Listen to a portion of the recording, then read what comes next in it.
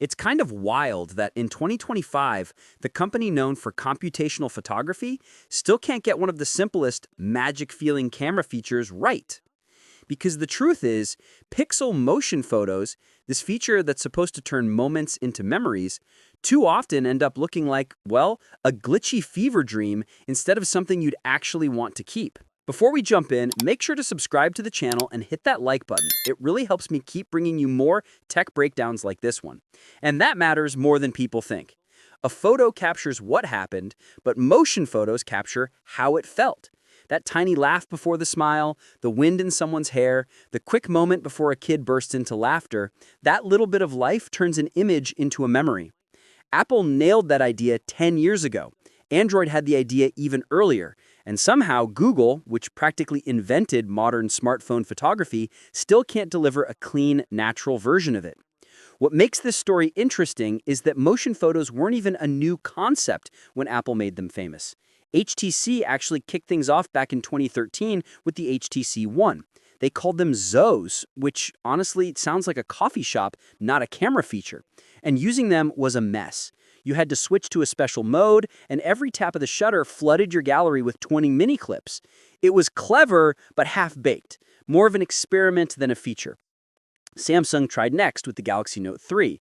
They also buried the feature deep inside a forest of modes and called it animated photo. But Samsung being Samsung at the time, it wasn't just take a photo with a bit of motion, instead it let you animate specific parts of the image while freezing others. Cool idea on paper, but in real life it felt like doing a mini editing project every time you wanted a fun picture of your dog. It was too much work for something that should have been automatic. Then came Apple in 2015 with the iPhone 6s, and everything suddenly made sense. Live photos were simple, seamless, and invisible. You didn't need to switch modes, you didn't need to think about it. The phone automatically captured 1.5 seconds before and after the shutter. The clip flowed naturally, the shutter sound landed at the perfect moment, and the motion felt like a subtle memory rather than a jolt of video. You could press and hold to bring a photo to life, scrub through the frames, set it as wallpaper, and share it without losing quality. It was just, well, done right. Fast forward 10 years and somehow the Pixel, arguably the king of still photo processing, still can't get its version to look normal. In fact, it often looks downright creepy. Instead of a smooth little moment, pixel motion photos turn into a weird mix of warping, stretching, flickering, and distortion. Faces bend like clay, backgrounds wobble like jelly, exposure flickers from frame to frame like a strobe light. Sometimes the animation loops in this unnerving, robotic rhythm that completely ruins the emotion you are trying to capture. And that's the part that stings. The whole point of motion photos is emotional value. It's not about resolution or dynamic range or Google's crazy smart algorithms. It's about preserving the feeling of a moment. When that moment is warped, flickery, or creepy, the feature stops being meaningful at all. It's especially surprising because Google leads the industry in computational photography.